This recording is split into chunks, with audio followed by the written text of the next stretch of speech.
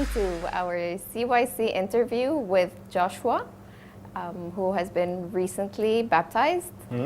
And today we are going to talk with him about his experience to becoming an Orthodox member of the church.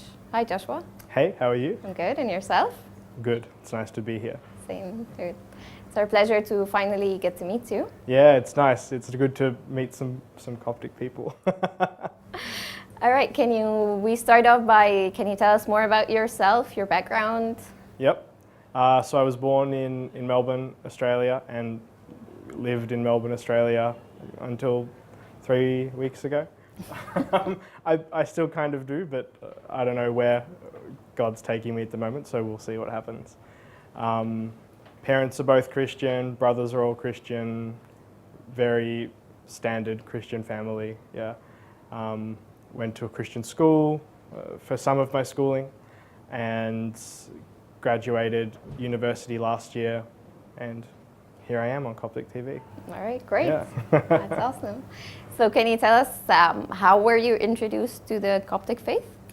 Yeah, so my pastor, I suppose, or Abuna is the word you would use, he had just done some world ministry, so he's been traveling, preaching, running some orphanages in Africa and doing all of those kinds of things.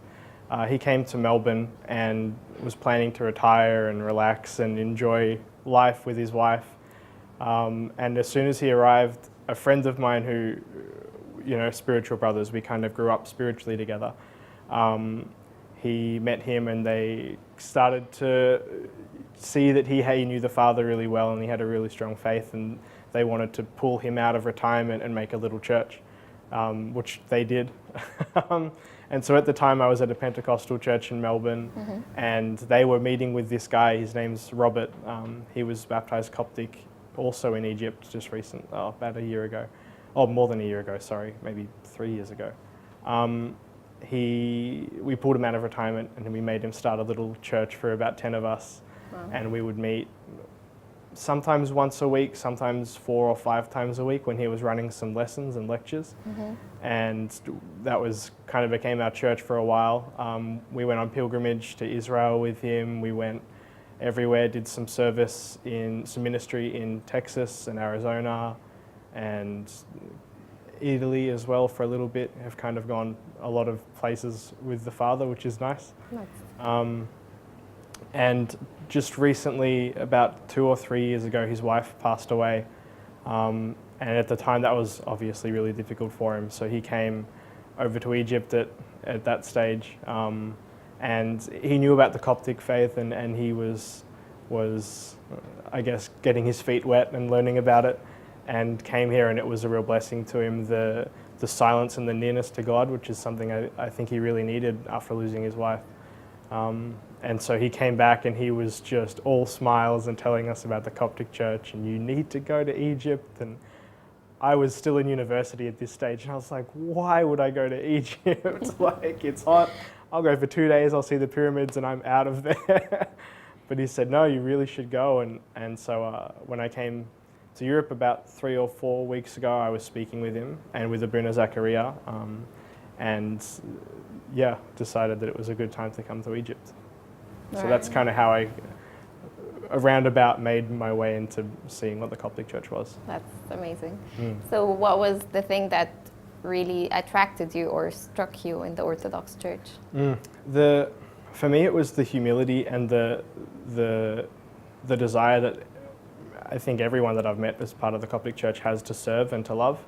That is something you see snippets or little pieces of in churches that I've been to, but for a whole group of people and for a whole church and a whole faith of people to be so devoted and so humble and to seek to serve the way that you guys do was such a blessing. And I kind of came here literally even just 2 or 3 weeks ago, and I was in a weird place with God, and I was starting to be a bit headstrong, or a bit, this is what I'm doing, God, these are my gifts, how are you going to work with that? And coming here, and I knew in my heart, I knew that I was working on some things, and coming here and seeing the humility and being reminded of that just kind of, for me, it really hammered the point home of like, oh, I like this. I would like to have that blessing. Okay. And so that's what really made me want to come. Yeah. All right. Tell me, how did it feel like after or during your baptism and the Eucharist and first time that you took communion? How did that feel like for you? The baptism was really nice. I came in actually not knowing what to expect, thinking I was going to be baptized in front of 300 people I'd never met. And so we came out to the side, and that was what I was really praying. I was like, God, I would love just a little ceremony with a couple of people I know, and that's what we got, which was perfect. And the baptism itself was really silent and really beautiful, like out in the desert, where it was just you and God, and that was it. And I was so, maybe I was filling the silent place up a bit with my happiness, but it was so nice. And afterwards, coming out and walking from the baptismal room around to where we were going to take the Mass, I had this, for the first time, this weird kind of spring in my step of like, before I would walk around and I was very like, got to be careful, this is Coptic Church, I don't know the people here, and let's make sure I do everything right. And I was walking around and I walked out of the room and saw someone and kind of stopped and I was like, oh, I'm allowed to be here. Like, I just got baptized. And so I had this really, the whole church kind of became like a part of your family, and it was like, oh, I'm allowed to be here, but I belong here. And that was exciting. I had a really good, it was a 1 minute walk, but that was a really nice 1 minute walk. I was like, yeah, here we go. And how did you feel like after taking your first communion? Just, it's such a boring answer, but just so blessed. It was so nice to just, to be able to take part in that and to be able to be part of the whole movement that God was doing in the church that morning. And the preparation that you know you do leading up to it, the liturgy and the bowing and maybe for the first time in the past it's been really good, but I've always been praying during it like, God, give me the strength to make it through this liturgy. Like, I need your grace. This is such a blessing, but you know, help me. And just for the first time it really felt like there was such a joy in doing it, and not just a humility and a grace, but this real joy in it, and that was awesome. I was so blessed. Yeah. Were you able to feel his presence? Oh yeah. Even before, but it suddenly became like a presence of not God's giving me the grace to be here, but God is blessing me because I belong here, and that was exciting. And absolutely, yeah. I like in the Coptic, or for me, how I really experience God in the Coptic Church is different to the Pentecostal churches that I grew up in, where it's so loud and if you don't feel the Holy Spirit moving, there's a problem, which is, it's lovely what they do in the churches, but to come in and to have just this huge hall and this atmosphere of just silence and reverence and holiness over it, it's like you push past the noise and the excitement, and you just get to know the Father and not in his personality, but in his holiness. And that, yeah, I love it. It's so nice. So which was your favorite part in the liturgy? The Psalms. Yeah, it's so hard to go past doing the Psalms. And also the prayer just before and after we took the communion was so humbling. So it just reminds you of how much you need God, I guess. And it's easy to forget, but if you sink into your day-to-day life and you're just going about doing your business, you forget that you couldn't do any of it without his grace. And if he took that away for one day, your whole life would just fall apart. And so I like that reminder, just right before going in and taking the communion, of like, I really need this, and thank you for that, God. Yeah.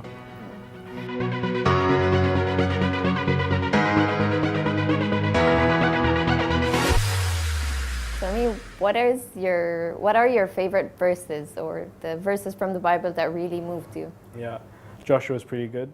Yeah, I like him. I think maybe for me right now, the most touching verse or story that I've been really thinking about a lot is just the the betrayal in the Garden of Gethsemane and the lead up to that.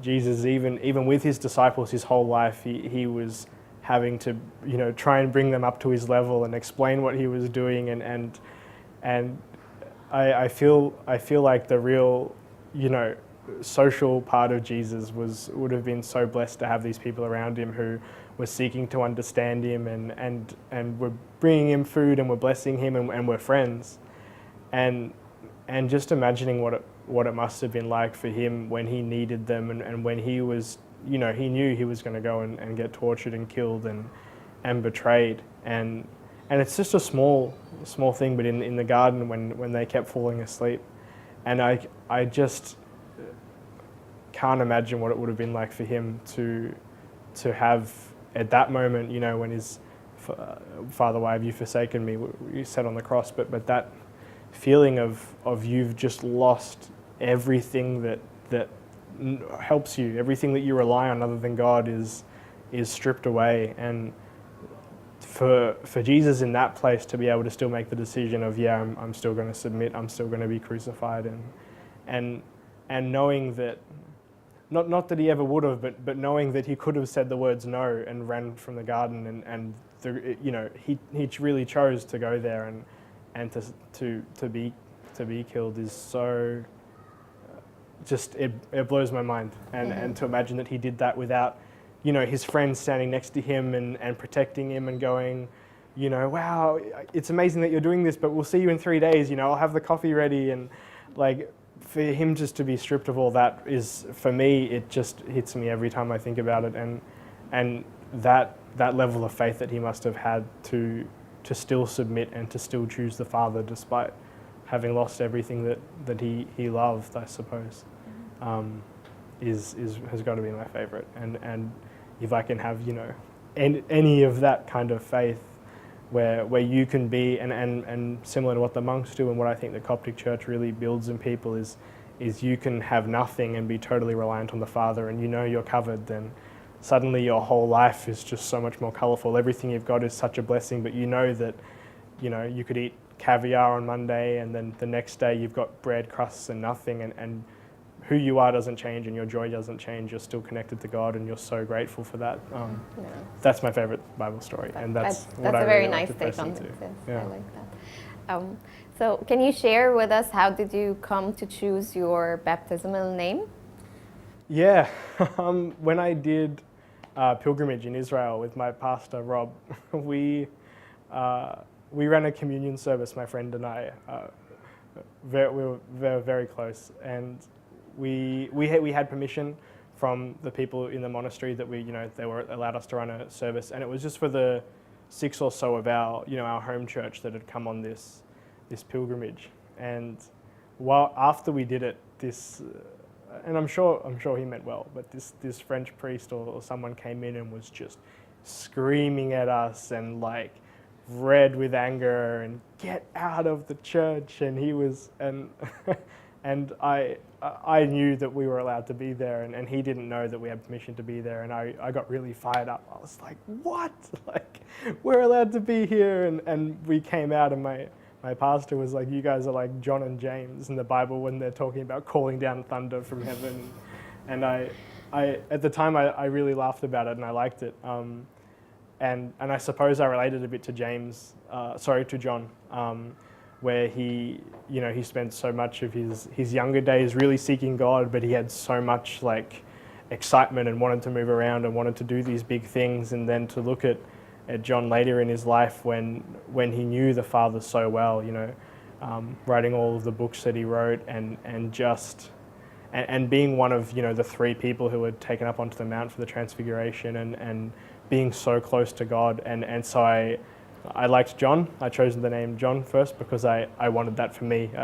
I recognized my humanness and my vigor sometimes, and I really was praying that while I work through that with God, and to whatever extent I work through that with God, that I would be able to grow into having that same level of faith and clarity and knowing God the way John did.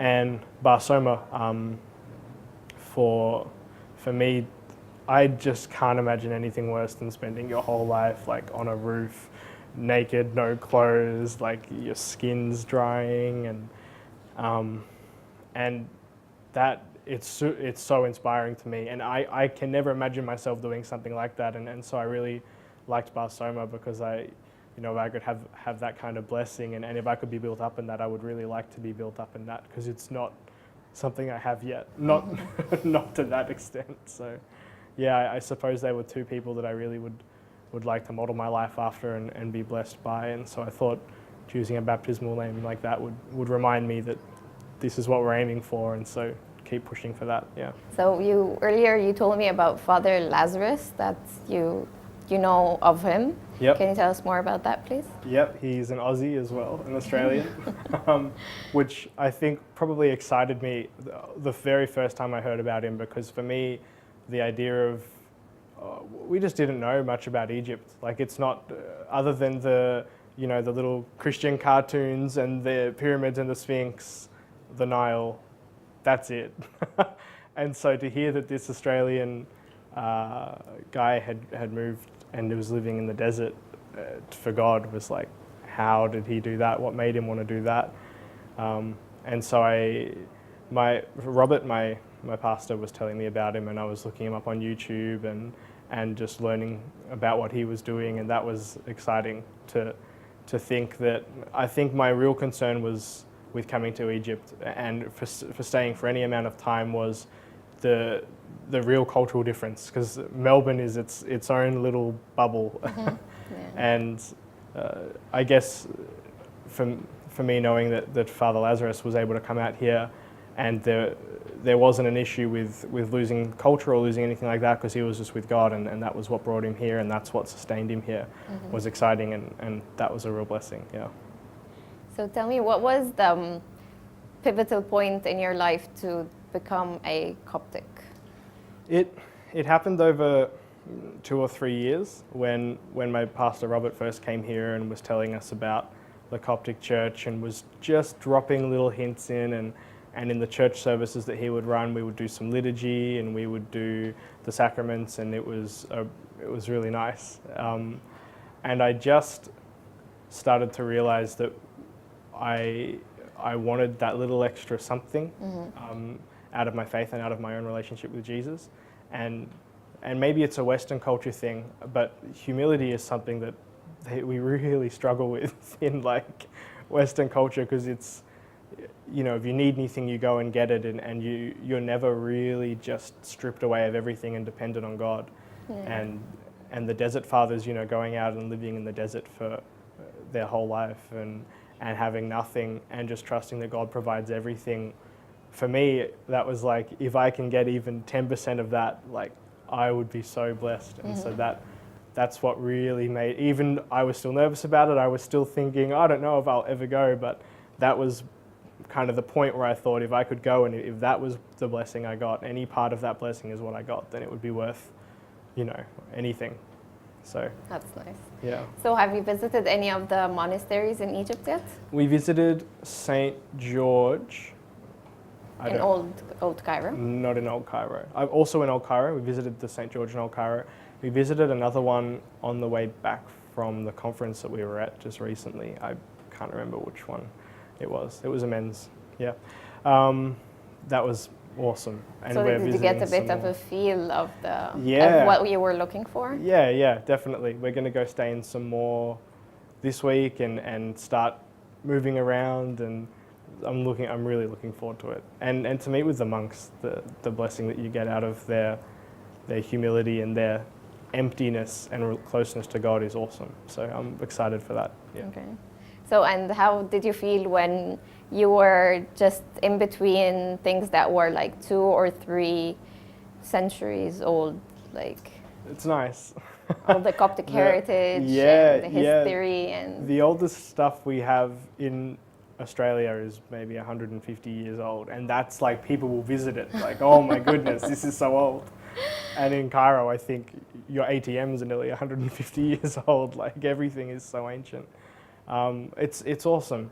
I've been to Israel before and Jordan, and that was a similar thing where you're just walking you know, you can almost put your feet where Jesus would have walked, Yeah. and you're breathing the same air, and it's awesome. It's so exciting to picture yourself, and when you read about the travels of Jesus and his ministry, to be able to go, oh, I can imagine you standing on the rock and preaching there, or I can imagine you in the church, and yeah, it's nice. It is. Yeah. Like the Bible is coming to life, and Yeah, you yeah. get to see everything. Yep, it's awesome.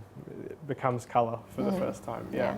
So as a young guy who has an outsider view of the Coptic Church, there is a very big problem that we are facing, that the youth are starting to stray away from the church. So what do you think is causing that? I think for me, the challenge, and still the challenge, is the Coptic Church doesn't take, 1% of you. It's not okay with you giving 50% and that's all. Like, if I know I hammer this point a lot, but it was so shocking the first time. But like, when you're standing for a liturgy for 2 hours, you don't bring out your phone, you don't fall asleep, you don't, like, it really requires you to sacrifice a lot of yourself. And that idea of being dead to the self and just going for Christ I think is really hard for youth. And I found it really hard and still do. When there's so many distractions and things pulling on you, and you feel as if the value that you're getting from your life is progressing in your career, or is going out and going to parties and seeing your friends and doing all of that stuff. And I think there is blessing in a lot of that. But it really requires you to sacrifice who you are and to love God more than anything. And so I think the problem is as much a problem as it is a process that God's doing in those people, to not have people in the church who are 20% in and who are spending the whole liturgy on their phones, but who are really committed to it. And so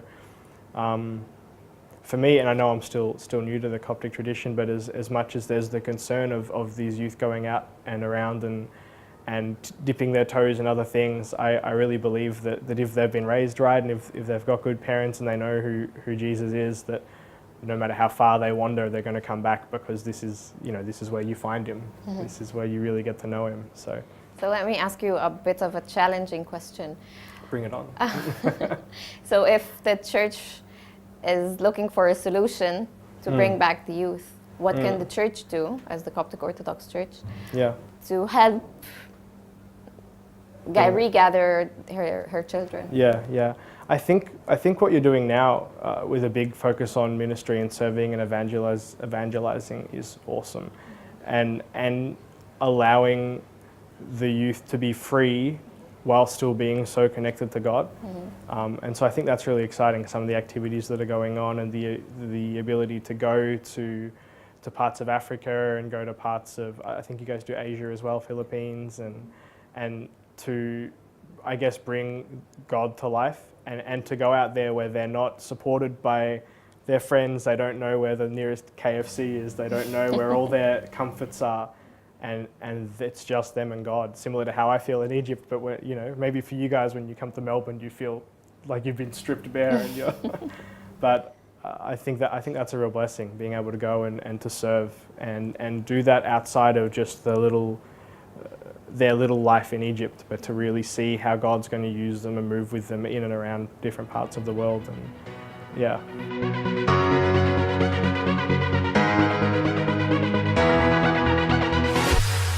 Do you have any plans to do any evangelistic work, like go to Africa or Asia? I suppose my dream, and I studied international development, so countries, Africa, Asia, Eastern Europe, developing them with their economy, with businesses, with the people, government structures, all of those kinds of things.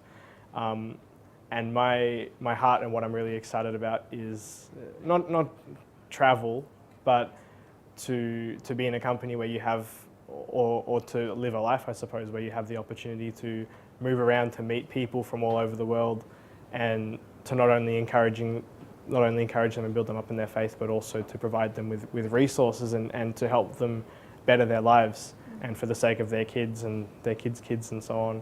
So in that way, yeah, I'm really interested in doing mission and doing evangelizing stuff, partly in a Christian capacity and in a mission capacity, but also I suppose as a career and a life choice, that's what I would really like to do is encourage people, build them up, help fix the countries, and I like what mission does and what I don't like using the word traveling because I feel like people imagine you're sitting on the Nile drinking a beer, but to move around and to live your life not just inside your country but with the people around you, it really reminds you of how big Christ's family is and how he's in everybody you meet. There's not this. I personally don't have a sense of you fly somewhere and then you're this stranger in this weird land and you don't know anybody.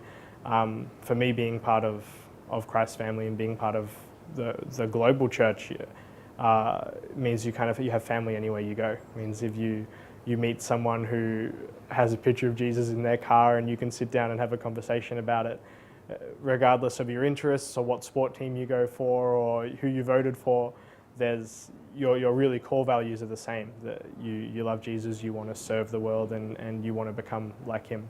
And so for me that kind of means that moving around and evangelizing and doing mission isn't so much about you going to help other people as it is more you going out and meeting your family and growing your world and encouraging them. That's a very nice take at things. That's awesome. It makes me feel safer. So a big problem in Europe is now that everyone, most of the people are moving to being atheists or agnostics. So how do you think that the church can defend the faith against all the new ideas and ideology that's been happening in the world? I think as much as the church can do to respond to it, I think it really comes down to the people in the church and everybody making a decision to follow Christ with their whole heart. I like the Bible verse that says there is no fear in love, but perfect love drives out fear, and trying to pull people back into the church and being so afraid that they're going to leave. I think sometimes you lose not the trust, but you can become really scared of losing what you've had, as opposed to being really grateful for what you've got. And so I think, or for me, what I really believe is the best way to combat that is and I know that when you're following Christ and you're living your life for Christ, that your problems are solved. And I really believe there's not really any, non-Christians. They're just not Christians yet. They just haven't met God yet. So, for me, I think the real solution to the problem comes from the youth and comes from the young adults and everybody at every level of the faith choosing in whatever way they do to follow God every single day and to sacrifice every single day and to prioritize serving Christ over anything else. And when you're doing that and you're traveling and you're moving around and you're meeting people and your desire, no matter who they are or what their background is to love them and serve them, then I think they're just going to want to come to the church. The idea of atheism and I'm doing everything by myself and I don't need anybody really falls apart when you meet somebody, no matter how callous or how defensive you are. If you meet somebody who really loves you and serves you and doesn't have to, but do it because they want to, I think everybody is moved by that and is drawn back to the church by that. And so I think the best defense against it isn't to be afraid of it, but is just to turn back to Christ and keep pressing into him. And I think he'll do the work for the church. Yeah. So can you tell me any books that you've read? Do you have any recommendations about books that you've read that helped you get along in faith? And I think anything that Abuna Devu has written is I could list. I've got a stack of them back at home that have been a real blessing. My pastor as well, not to plug his merchandise, but my pastor has written some really beautiful books as well about his experience in Egypt, and one that I was really touched by as well is how the Coptic faith and how Christ and how God the Father helped him through his wife's death and brought him back to a place of peace, and that was really good. He's Dr. Robert Cricket, and he's really nice. Father Lazarus' stuff on YouTube has been really good. And there are a few, the Bible. That's a good one to start with. Yeah, that's probably top three. No, that's good. And there are a couple of other ones that I've looked at. Bill Johnson from Bethel. He's an American pastor, and also he's got two pastors that work with him. I forget the name of one, but he's their children's pastor, and Chris Vallotton, who is another pastor there. They have this really, the Father's heart. They just love the Father, and they're not interested in the loud noise, crazy kind of things. And you see when Bill speaks or in the way he writes, he loves the silence and the just waiting on God. That's been a real blessing. And also a book by J.C. Ryle, R-Y-L-E. He wrote one called Thoughts for Young Men. And I read that maybe 10 years ago, maybe 10 or 9 years ago. But that really I guess for me, was maybe the first little snippet of the Coptic faith that I got, where it was so much about just serving God and being diligent and persevering in that, and trying to make your life like Christ. So those are probably my good ones. Great. Yeah. So can you tell me more about your future plans? Yeah, I can guess a little bit. I've kind of joked lately that every time I feel like I've made a plan, it just changes. And maybe that's, no, not maybe, I think it is that God continues to do a work with me. And so every time I think this is the next thing I'm doing, He does something in me, and then I'm going, I don't need to do that. And so I've got a lot of flights that I've booked that I'm just not going to. I would like to find a job in Europe or around this area, around the Mediterranean, to stay for a little while, and for me, I think something I was excited about with coming out of Australia for however long was having all of the support and having the family and the friends and the little things that really make up your day-to-day life, losing those. And maybe it was a challenge, maybe it was a bit crazy, but I like the idea of seeing who I became when I didn't have those things, when I didn't have the option to spend all day just getting coffee and getting lunch. I miss it. but to put yourself in a position where the only way you're going to succeed is to seek God. And so that's really why I'm here. And I'd like to find a job or something like that to get the visa to be able to stay longer, really. My long-term plan is to serve, is really to, like what I was talking about before, to do the developing the countries and to work with people and to build faith and to give them resources and I suppose I love the life that I have in Melbourne, and it's been such a blessing to me, and I was very fortunate to grow up without really needing much, and even when you did need things, there was a way for you to solve it, and God always provided for you. And so I would like other people to have that same opportunity as well. It would be nice to go out there and to serve and to thank God for what He gave me by going out and giving other people the same thing. So that's as vague as I can be. I think that's where I'm going. How I get there, God will make a way. Yeah, I think so. And hopefully He tells me. Yeah. All right. Do you have anything else that you would like to share with us? Yeah, I guess I would like to thank the Coptic Church and the people I met at the conference that we had 2 days ago. There was an evangelical conference that Abuna Davu ran, and Davu, something. Okay. Sorry. Davu. But I haven't met anybody here yet who hasn't been welcoming and who hasn't, at least come up and said hi. And if you need anything, please call me, please tell me. And that has been such a blessing, because I really arriving, and Abuna Zachariah too, I arrived here and I was just like, what am I doing? And even the first night it was hot and I couldn't sleep, and I just came from Finland, where the family who had me would just, whatever you need, take it. And I came here and I was like, okay, God, I got nothing. Let's. Yeah. And so to come here and to meet these people, and I suppose to start to have a little Coptic family of people who just want to bless you and serve you and love you, has been awesome. Like a real genuine blessing, not just I'm saying it for an interview, but it has been so nice. And so I would really like to thank everybody who I've met and everybody who I haven't met yet, but that I will meet. Thank you in advance for being so nice to me. All right. Thank you so much, Joshua, for your time. And Thank you. It was awesome meeting you, and hopefully we'll meet again soon. Yeah, thank you. Thank Great. you very much. All right. Nice to meet you all. Thanks. Thank you so much for your time. Thank you for watching us, and we will see you again soon.